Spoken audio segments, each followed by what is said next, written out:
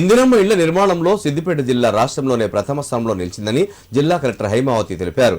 జిల్లా వ్యాప్తంగా 12,500 ఇళ్లకు మంజూరు పత్రాలు అందజేయగా దాదాపు 90% ఇళ్ల నిర్మాణం పూర్తయిందని వెల్లడించారు. మహిళా సంఘాల ఆర్థిక స్వావలంబనకు జిల్లా వ్యాప్తంగా 30 కోట్ల రూపాయల వడ్డీ లేని రుణాలను అందజేశామని పేర్కొన్నారు.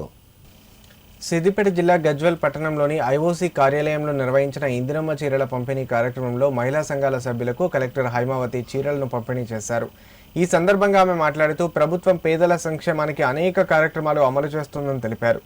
రేషన్ దుకాణాల ద్వారా ప్రతి కుటుంబానికి సన్నబియ్యం పంపిణీ జరుగుతుందని, రైతు బంధు పథకం కింద జిల్లాకు 390 కోట్ల నిధులు మంజూరు చేసినట్లు తెలిపారు. జిల్లాలో మహిళలు అన్ని రంగాల్లో ముందుండి పనిచేస్తున్నారని, మహిళా సంఘాలు ప్రభుత్వ కార్యక్రమాల అమల్లో కీలక పాత్ర పోషిస్తున్నాయని కలెక్టర్ అన్నారు. తాను మహిళా జిల్లా కలెక్టర్గా పనిచేయడం గర్వంగా ఉందని పేర్కొంటూ మహిళలను ప్రశంసలతో ముంచెత్తారు. ఈ కార్యక్రమంలో గజ్వేల్ ఏఎంసీ చైర్మన్ నరేందర్ రెడ్డి, తహసీల్దార్ శ్రావణ్ కుమార్, డిఆర్డీఓ పీడీ జయదేవ్ ఆర్యాతో పాటు మున్సిపాలిటీ పరిధిలోని మహిళా సంఘాల సభ్యులు పాల్గొన్నారు. ఈరోజు సిద్దిపేట జిల్లాలో అర్బన్ మున్సిపాలిటీస్లో 4 మున్సిపాలిటీలు మనం చీరల పంపిణీ కార్యక్రమం చేస్తున్నామంటే ఐకేపీ వాళ్ళకి ఇందిరా మహిళా శక్తి పథకం కింద గతంలో మన రూరల్ ఏరియాలో వాళ్ళకి ఇవ్వడం జరిగింది. తర్వాత మనకి స్టాక్ సఫిషియెంట్ సప్లై కాకపోవడం వల్ల మనం అర్బన్ ఏరియా వాళ్ళకి డిస్ట్రిబ్యూషన్ చేయలేకపోయాము.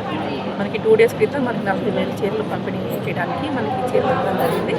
దీనిలో భాగంగానే గజ్వేలు, దుబ్బాక, చేర్యాల, హుస్నాబాద్ ఈ 4 మున్సిపాలిటీలోకి 41,000 మందికి చీరలు పంపిణీ చేయడం కోసం ఏర్పాటు చేయడం జరిగింది. హుస్నాబాద్లో సండేని పంపిణీ చేశాము. అదే రకంగా గవర్నమెంట్ 1058 గ్రూపులకి వడ్డీ రుణాలు కూడా పంపిణీ చేయడం కోసం డబ్బులు రిలీజ్ చేయడం జరిగింది. ఈరోజు గజ్వేల్ అర్బన్ మెప్మాల గ్రూపులకి మొత్తం కూడా 1,28,00,000 రూపాయలు వడ్డీ రుణాలు వాళ్ళ బ్యాంకులకి ట్రాన్స్ఫర్ చేయడం జరిగింది. జిల్లా మొత్తం కూడా 3,74,00,000 గవర్నమెంట్ ట్రాన్స్ఫర్ చేయడం జరిగింది.